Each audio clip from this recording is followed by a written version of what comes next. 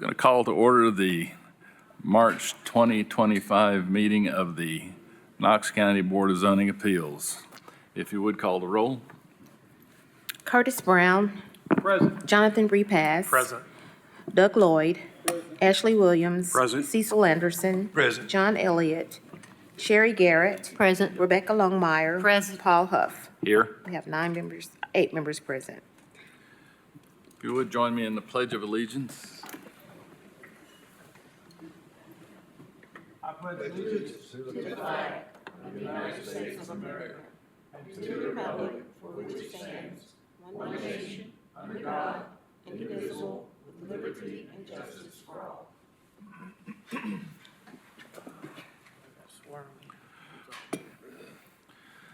Members of the Board of Zoning Appeals are volunteers from each commission district who do not receive compensation for their work on the board or the training they attend. As a quasi-judicial body, we avoid ex parte communication and conduct our business in accordance with the Open Meetings Act. My name's Paul Huff. I'm the chairman. To my right is Curtis Brown, and to his immediate right is Mr. Myers Morton, excuse me. We have other people present here from Knox County Codes and others. Steve, would you introduce them? Yes, my name's Steve Elliott, the Director of Development Services, and alongside me I have Miranda Ward and Mike Reynolds from Knox Planning. Thank you. Our voting procedures require a simple majority of the board members present. Today, there are 8 members present, so a majority of 5 will be required to pass anything that comes to a vote. I'll entertain a motion to approve the meeting minutes from last month. So moved. Second. Motion's been made and seconded. Any discussion? All those in favor, please say aye. Aye. Motion carries. Thank you. Knox County Board of Zoning Appeals is authorized to grant variances and hear other matters by the Tennessee Code and the Knox County Zoning Ordinance, specifically 6.60 Board of Zoning Appeals. These laws prescribe strict parameters, the meeting of which is required to grant a variance. The burden of proof that an application meets these parameters rests on the applicant. Quoting from the Knox County Code Ordinances 6.60.04 variances, quote, "The purpose of the variance is to modify the strict application of the specific requirements of the ordinance in the case of exceptionally irregular, narrow, shallow, or steep lots or other exceptional physical conditions, whereby such strict application would result in practical difficulty or unnecessary hardship which would deprive an owner of the reasonable use of their land. The variance shall be used only where necessary to overcome some obstacle which is preventing an owner from using their property as the zoning ordinance intended." For each matter, the clerk will read the request into the record. The chair will then ask if the applicant is present. The chair will then ask if there is opposition or other speakers who wish to present. You do not have to come forward at this time. Once we determine the speakers for the item, we will call on governmental agencies such as Knox County Codes, Planning, or Engineering to make statements regarding the facts pertinent to the property and background of the request. Board members may ask questions of the governmental agencies once they have made their statements. The chair will then call on the applicant to come forward, state their name and address for the record, and present their evidence as reasoning supporting the granting of a variance. If there is no opposition, the applicant has 10 minutes to present their case. If there is opposition, the applicant and opposition each have up to 15 minutes. After the applicant's presentation, the board members may ask questions of the applicant. The chair will then call for opposition or other parties who have up to 15 minutes to speak. This 15 minutes applies to all parties, so if there are multiple parties that wish to speak, please determine how you're going to divide your time beforehand. After the opponents present their opposition, the board members may ask questions of the opponents. Finally, there will be a discussion of the case by the board, during which time the board members may ask further questions of the parties that have already testified. The board will then make any determinations it deems necessary. Our bylaws allow an applicant at the initial hearing of a matter to request a deferral of 30 or 60 days without prejudice. In the event of a deferral of an application or failure to appear, Any opponents may be heard on the record at a meeting where the application they oppose appears on the agenda. Mr. Law Director, would you please swear in those intending to give testimony today? If you're going to testify, please raise your right hand and stand, please.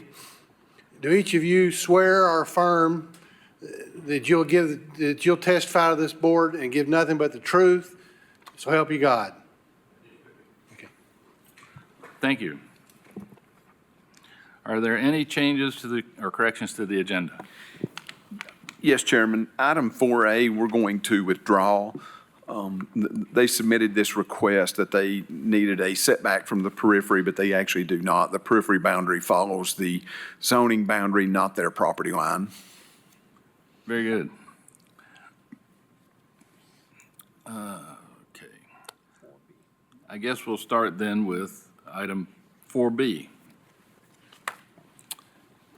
4B is a request of Glenwood Baptist Church, Bill Shoup, for waiver to allow the replacement of the existing Glenwood Baptist Church sign with a new EMC sign, waiver of height regulation from 8 feet to 10 feet, and waiver of maximum matrix area from 1/3, 33% of the total signage allowed on property to 46.2%. The property is located at 7212 Central Avenue Pike, CLT map 057, parcel 048, zone AG in the 7th Commission District. Is the applicant present? Is there any opposition to this? Any statements from Knox County Codes?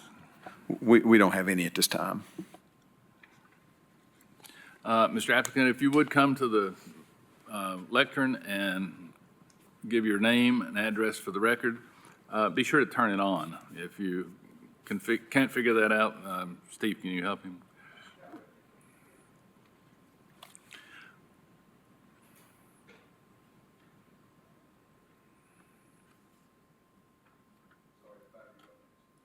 Wow, that's a special lectern.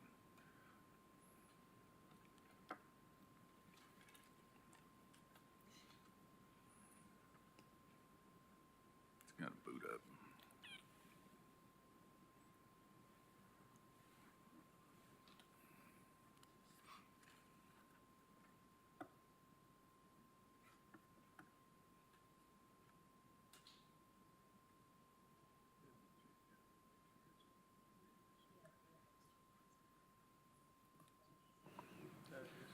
Test. I am Bill Shoup. I'm one of the 4 trustees for Glenwood Baptist Church. And your address, please? Our address is 7212 Central Avenue Pike. Your My personal address. It's 5121 West Emory Road, Powell, Tennessee. Okay, can you present us with your reasonings for requesting a variance? Yes, sir. We have a current sign that's about 50 years old or older, and it's coming apart. We have talked to about 3 sign companies. There it is up on the picture up there. And it's not feasible to actually repair it. It's not economical. And it's on a steep hill. It's almost impossible to change the letters on it and stand up. And we've talked to 3 sign companies, and each one of them has suggested that we get a more modern sign and get it toward the entrance. Coming from the north side, you can't see the sign until you get right on it. Coming from the south side, people pass the church and they end up going up to the cemetery and turning around. So the sign companies, as well as the trustees, feel that if we could get it back closer to the entrance, it would be more convenient and more readable.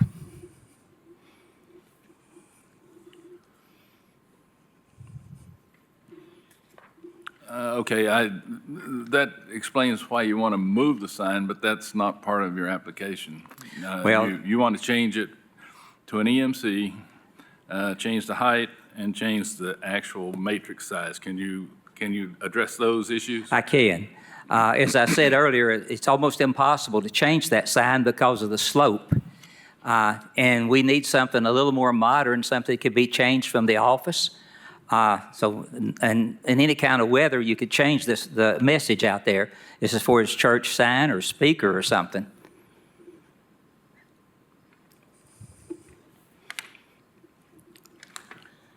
May I ask a question? Please. How tall is your current sign? What's that? How tall is your current sign? I do not know that. I do not know. It's a lot taller than that, but I don't know how tall it is.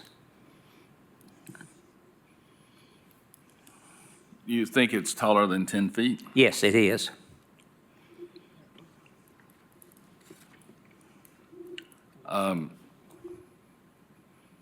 Any other questions?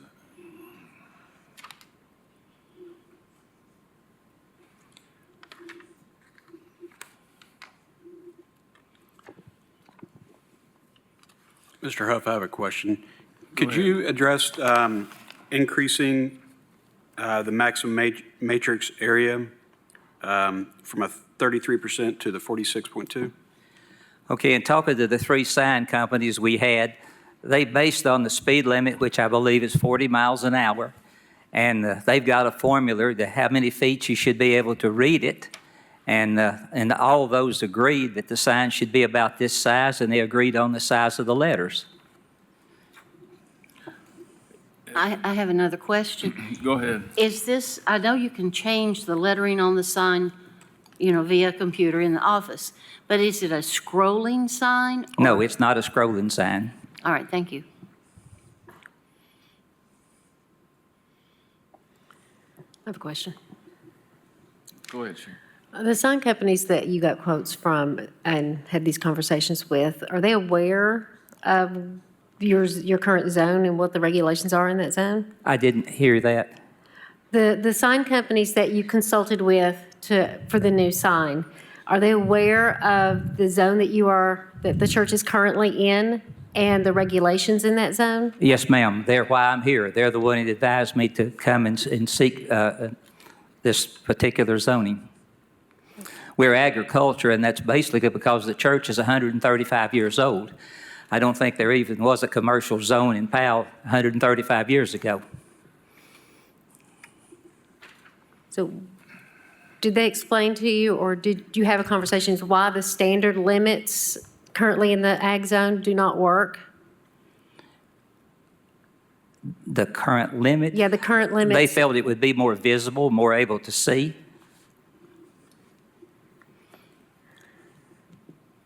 Is the new location you plan to put this still on a steep slope, or is it more? Not near as much so. It is some slope. You can see from the picture there about where that shrub is. It would be near that shrub. So, I mean, it's not near as steep as back where our sign was.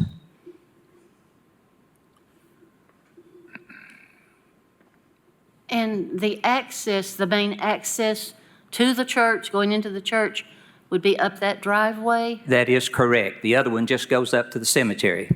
Okay, thank you. Are you aware of why the zoning ordinance does not allow EMC signs in the ag zone? I was told that by the sign company. I had no way to be aware of it until we got to talking to the sign companies. And what did they tell you? They told me to come up here and to try to get a variance. That doesn't explain why it's not allowed. Just so you'll know, it's a safety issue. It's been shown through a number of traffic studies that EMC signs are a distraction to the drivers, and driving's a full-time job. So that's why that and the brightness of the signs is an issue. And it has nothing to do with who the sign belongs to, or what the sign says, none of that. It's just the fact that the sign is a distraction, and that's why it's not allowed in the ag zone. Because most of the ag zone's rural. I do know that the churches real near us do have this type sign. In fact, the closest church to us does.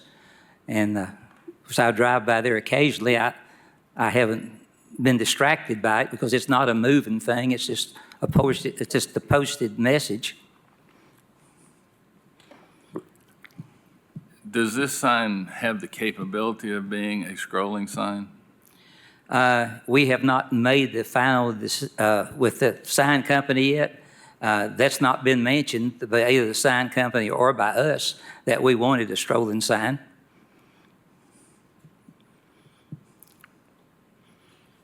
Mr. Huff, may I ask a question?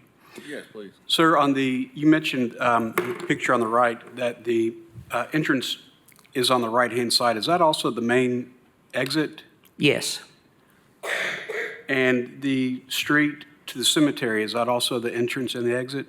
At the cemetery, when there's another entrance to the cemetery on the other side of the church property. Okay. That used to be the old road years ago that just went up in front of the church. Okay, but do people exit from that middle road? Our people coming from the church don't go up through there. We just go out that one way right there. Codes, I'm asking if the positioning of that new sign would create a line of sight issue. No, sir, it would not. We're back far enough that it would not. I'm speaking about just at the intersection of people where they're leaving the church and the road from the cemetery comes into the intersection of the entrance and exit. It will not block their view. It potentially could, if people, I see what you're saying, people coming out this way looking at someone coming out of the church. So if you approved it in that location, we would ensure that it's set back far enough to where the line of sight was there. Okay, thank you. I have another one. The church that you mentioned that also has a sign like what you're planning on getting is, I'm guessing that one is Shepherd of the Hills? I didn't understand. The church that you mentioned that also has the type of sign that you're planning on getting, that one is, I believe, Shepherd of the Hills That's Baptist correct. Church. Steve, did you, what zone is that one? We looked into that, and that church is zone CA, and they did get a permit for that sign. So that sign is legally in that zone. So it's legally allowed to be in that particular zone? That's correct. So that's, sometimes that happens when somebody is zoned in a different zone, they're allowed to have that versus the agricultural zone where you're not. My discussion would be, I mean, we're strictly allowed to grant variances under certain circumstances. How would you meet, how does this meet the variance criteria that were allowed for, help me with this, Mr. Huff, if you could, property, the type of property, the steep hills, I'm drawing a blank here. Topographical issues. Yeah, what specifically is the hardship? The hardship is because of where the old sign is, it's almost impossible to change, and it's 50-something years old, so it's not feasible to redo that. Yep. We need a new sign, and we've been advised by the experts, including the engineers, that this would be the best place to put it. But that's not what's in front of us. I understand you need to move the sign, and I wholehearily agree. That is difficult to see. It's up that slope, and I understand it's hard to change the letters on the sign. But specifically, your variance for specifically the EMC sign and the size and the height is what you're asking us to grant you a variance for. And I'm asking, what is the hardship that would allow us to grant the variance for those specific reasons? I'm not clear on what you're asking me. Maybe I can clarify. If you replace your existing sign with a new sign of the exact same kind, size, height, everything the same, would you be able to use that sign? Probably, but that still would, the problem of people going on by before, they don't, with the sign that far back, if the people are visiting the church, we've had a lot of people go up and make a turn. That's not what I'm saying. If you put a new sign in the location you want to put the new sign, down by the shrubbery, of the same size, width, height, not an EMC, would that sign still work for you, and would you be able to change it? It probably would, but our secretary wouldn't be able to do it. And it'd just be so much better if they could change it from the office than having somebody go down and hand do it. I understand convenience is an issue, but unfortunately, that's not a criteria that we, yeah, it's just not convenience of operation is not a criteria that we go by. I think your time's up. We need to hear from the opposition. Okay. Again, just name and address. Thank you, Mr. Chair. Kevin Murphy, 4508 Murphy Road. I'm here in my capacity as a board member of Scenic Knoxville, which is a local nonprofit that advocates for the natural beauty and scenic characteristics of the area. We're here in opposition specifically to the request to allow an EMC in the ag zone. So that's one of the three things that a variance is being requested on. The sign ordinance is really specific in what zones an EMC is allowed in, and it's it says which ones they're permitted in. Ag is not one of them.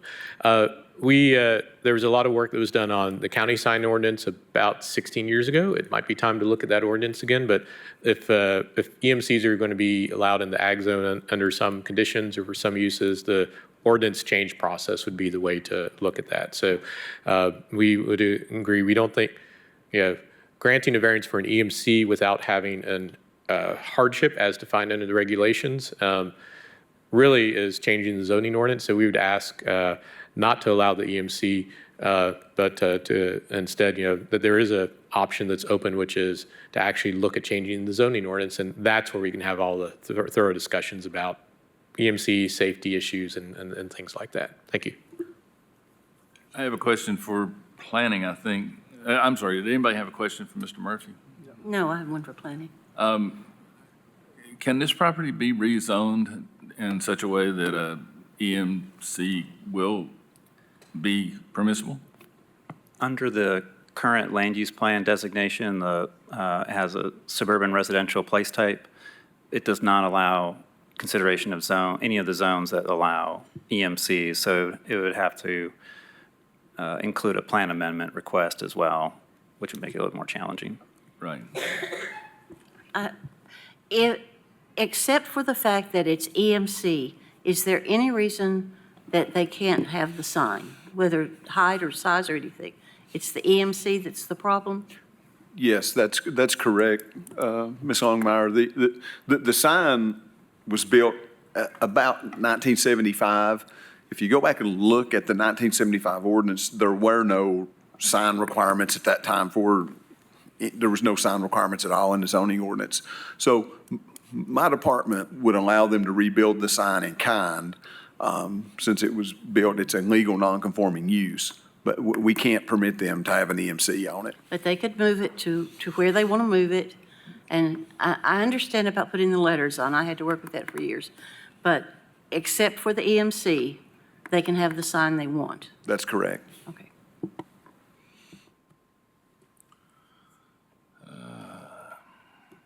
Ms. Garrett, is this yours? I'll defer to you to make a motion.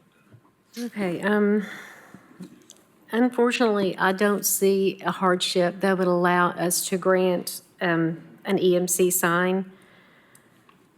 As for the height regulation in the matrix area, typically goes along with the EMC sign. I don't typically see a problem with the height or the matrix area, but I am going to make a motion that we deny the waiver of the movement replacement of the sign with a new EMC sign.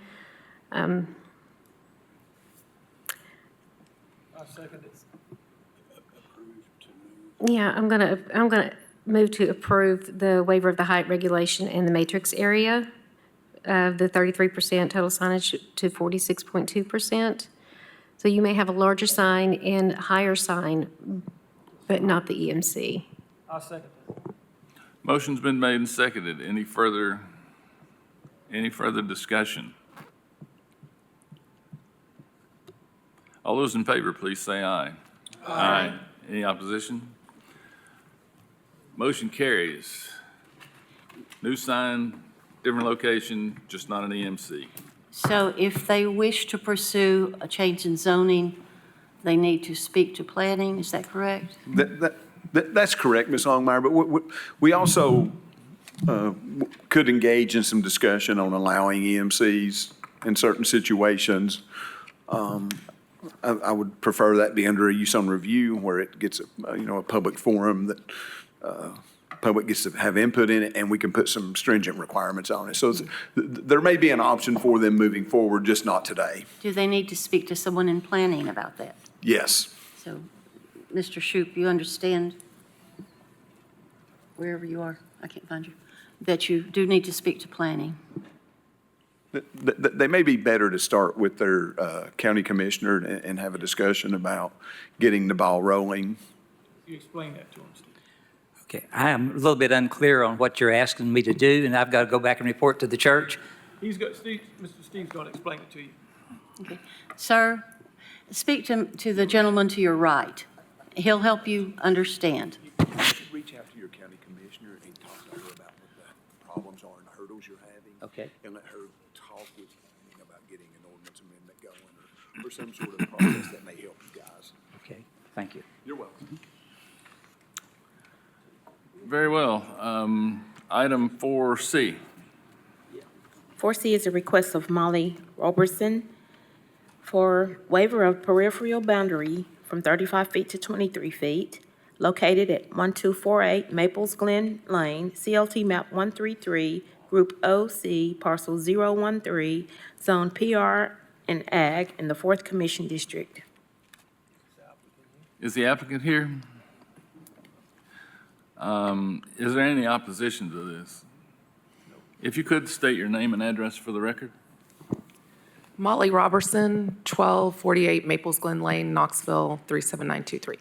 And before I go on, does Codes have anything to say about this? Well, I just wanted to say what I said up at the lunch, that the gazebo was built and approved by our previous building official. So there was a part of me when this came in that felt like my staff had reduced the periphery, not my staff, previous staff had reduced the periphery prior to, and we debated as a staff of just approving it administratively, but I think the appropriate thing to do is to get a variance so it's all cleaned up and the existing structure is conforming to the ordinance. So she only requested 32 feet, but we reduced it down to 23 to include the structure that was previously built.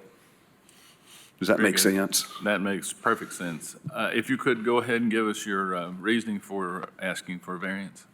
What we currently want to add is a two-car garage so that we can convert our existing garage into livable space because I have 4 children and we need another bedroom. Okay, I can't say anything about the conversion of the garage, but that makes perfect sense. And what you're showing here looks like maybe it's the only place it can go. Yes. Can we see I guess it says the zoning map that shows, there we go. The periphery is between your property and a road. What road is that? Davis Lane? Okay, so typically peripheral setbacks are to protect adjacent property owners from anything that you might do on your property. But since adjacent property is basically a road, nobody's going to be building anything in that roadway. So No, on the other side of that road is Penrose Horse Farm, which isn't a trust, and I don't think it's Right. ever going to be built on, so it shouldn't I affect. just wanted to point that out to the board so that we have all the facts. Ashley? Mr. Chairman, this is in my district, and I've driven by this property many times, and I've driven the cul-de-sac. I do not see any issue with this. Like you said, the setback on that was more to protect her or that property from the road than anything. And I think, Steve, including the existing gazebo down to 23 feet would just help clean that up. I would make a motion to approve the waiver of the periphery boundary from 35 feet to 23 feet. Motion's been made and seconded. Any discussion? All those in favor, please say aye. Aye. Any opposition? Motion carries. You have your waiver.